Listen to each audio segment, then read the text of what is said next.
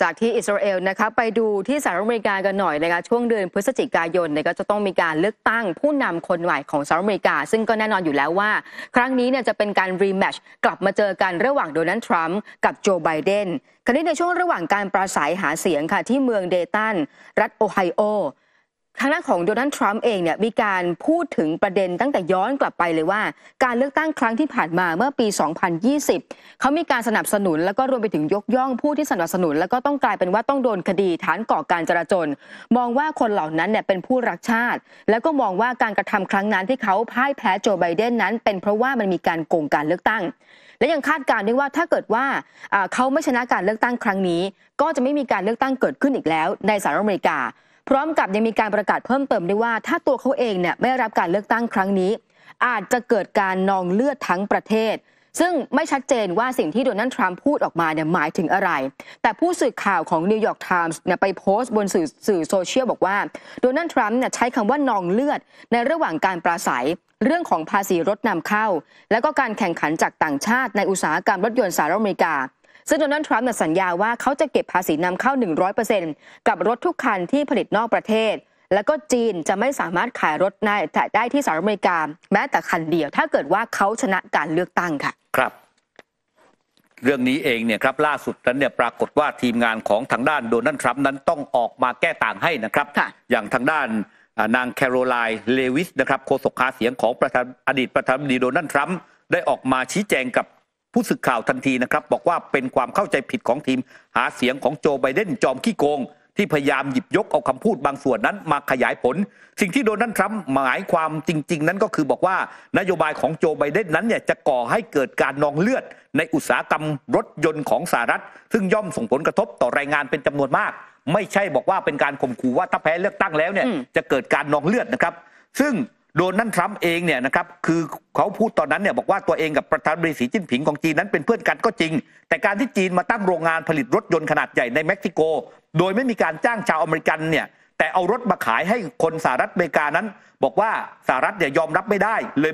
บอกเลยว่าถ้าได้เป็นประธานาธิบดีอีกครั้งก็จะทำให้จีนขายรถไม่ได้เลยนอกจากนี้โดนัลด์ทรัมป์ยังกล่าวหาเสียงตรงนี้แหละนะครับที่บอกว่ามันจะเกิดการนองเลือดซึ่งก็บอกว่าอยู่ทางด้านฝั่งของทีมหาเสียงของโจไบเดนอย่างเจมส์ซิงเกอร์นั้นครับก็เอาประเด็นนี้ไปขยายนะครับโดยโจมตีโดนัลด์ทรัมป์ว่าคำพูดว่าจะมีการนองเลือดถือเป็นการข่มขู่ว่าจะใช้ความรุนแรงทางการเมืองนายโดนัลด์ทรัมป์คงต้องการให้เกิดเหตุการณ์บุกรัฐสภา6 มกราคม 2564 เกิดขึ้นอีกครั้งแต่แน่นอนว่างานนี้ชาวอเมริกันจะทำให้นายโดนัลด์ทรัมป์พบกับความพ่ายแพ้อีกครั้งในการเลือกตั้งเดือนพฤศจิกายนนี้เพราะชาวอเมริกันนั้นไม่เห็นด้วยกับแนวคิดหัวรุนแรงและความหลงไหลในความรุนแรงและความเจ้าคิดเจ้าแค้นของโดนัลด์ทรัมป์ครับคงจะต้องรอดูนะเดือนพฤศจิกายนนี้นะคะว่าระหว่างโดนัลด์ทรัมป์กับโจไบเดนใครจะคว้าตำแหน่งไปแต่ไปดูที่อินเดียกันหน่อยที่อินเดียนะคะทางคณะกรรมการการเลือกตั้งของอินเดียก็มีการประกาศการเลือกตั้งทั่วไประบุชัดเจนแล้วนะคะว่าจะเริ่มวันที่19 เมษายนจนถึงเดือนมิถุนายนซึ่งการเลือกตั้งที่อินเดียเขาจะแบ่งเป็นทั้งหมด7ระยะโดยการเลือกตั้งรอบสุดท้ายจะเกิดขึ้นวันที่1 มิถุนายนนะคะขณะเดียวกันมีผู้ที่มีสิทธิ์ออกเสียงเลือกตั้งมากถึงเกือบ 1,000 ล้านคนด้วยกัน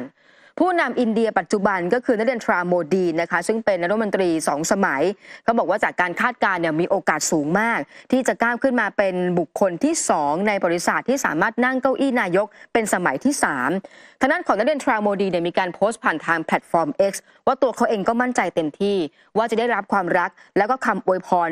จากพี่น้องประชาชนนะคะแล้วก็หลังจากนี้ไปก็มีการเดินสายในการหาเสียงเลือกตั้งมีการเปิดตัวโครงการใหม่ๆกิจกรรมต่างๆที่เกี่ยวข้องกับศาสนาหรือว่าการประชุมร่วมกันระหว่างภาครัฐและก็เอกชนเกือบทุกวันซึ่งตรงนี้แหละกลายเป็นจุดแข็งของนาเรนทราโมดีทั้งเรื่องของการเติบโตทางเศรษฐกิจของอินเดียณวันนี้ต้องยอมรับว่าอินเดียเองมีการเจริญเติบโตทางเศรษฐกิจเร็วที่สุดโดยเน้นการลงทุนในโครงสร้างพื้นฐานแล้วก็สวัสดิการสำหรับคนยากจนนะคะขณะที่ฝ่ายค้าน20 พรรคด้วยกันที่มีการรวมตัวกันก็พยายามที่จะเน้นถึงนโยบายในการความทุกข์ยากที่เกิดขึ้น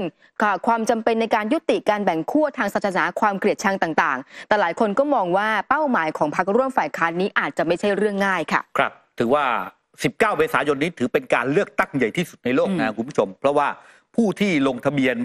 ในการที่จะเลือกตั้งนะครับ970 ล้านคนนะฮะมากมายเลยทีเดียวนะฮะคุณผู้ชมครับ ไปกันต่อนะครับคุณผู้ชมครับล่าสุดนั้นรัฐบาลของไนเจอร์ออกแถลงการเกี่ยวกับยุติความร่วมมือทางทหารกับรัฐบาลสหรัฐอเมริกาก็บอกว่าตลอดระยะเวลาที่ผ่านมานั้นเป็นการอนุญาตให้เจ้าหน้าที่ทั้งทางทหารและพลเรือนของกระทรวงกลาโหมสหรัฐหรือว่าเพนตากอนนั้นเนี่ยเข้ามาประจำการในประเทศโดยการยกเลิกดังกล่าวนั้นให้มีผลทันทีนะครับขณะที่กระทรวงกลาโหมและกระทรวงการต่างประเทศของสหรัฐออกแถลงการมีเนื้อหาบอกว่ารับทราบแต่ยังคงมีการประสานกับรัฐบาลทหารของไนเจอร์อย่างต่อเนื่องการประกาศดังกล่าวเกิดขึ้นเนี่ยครับเพียงไม่กี่วันหลังคณะผู้แทนเฉพาะกิจของรัฐบาลสหรัฐเดินทางเยือนกรุงนิอาเมเพื่อหารือเกี่ยวกับความวิตกกังวลของสหรัฐที่มีต่อแนวทางนโยบายของรัฐบาลของไนเจอร์ซึ่งยึดอำนาจจากรัฐบาลพลเรือนของประธานาธิบดีโมฮัมเหม็ดบาซูมเมื่อเดือนกรกฎาคมปี 2566 แม้รัฐบาลสหรัฐนั้นจะระงับการช่วยเหลือแทบทั้งหมดแก่ไนเจอร์แต่ว่านับตั้งแต่เกิดความเปลี่ยนแปลงทางการเมืองจนถึงปัจจุบันนั้นเนี่ยสหรัฐยังคงมีทหารอยู่ในไนเจอร์เนี่ยราว 1,000 นายรวมถึงหน่วยปฏิบัติการพิเศษประจำการอยู่ในประเทศแห่งนี้และมีฐานทัพโดรนติดอาวุธที่ใช้งบประมาณก่อสร้างสูงถึง$100 ล้านสหรัฐหรือว่าราวๆ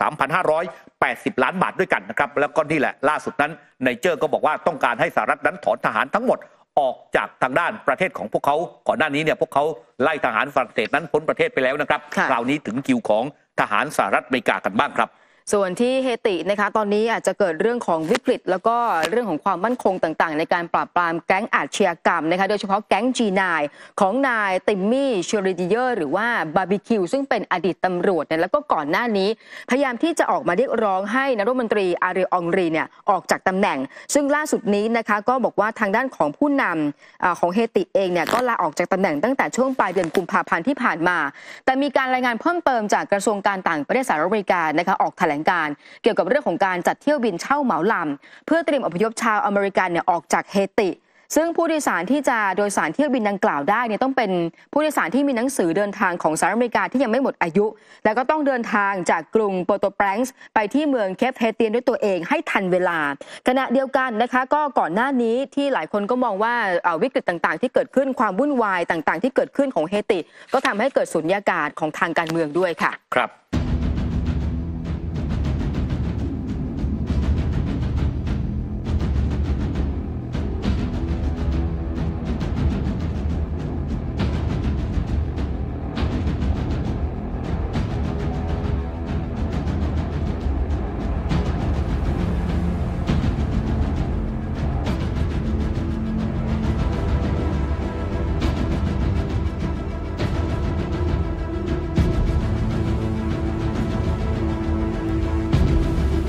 มาร่วมสนับสนุนท็อปนิวส์นำเสนอความจริงได้แล้ววันนี้เพียงกดปุ่ม Super Thanks แล้วเลือกจำนวนเงินตามที่ต้องการได้เลยครับขอบคุณครับ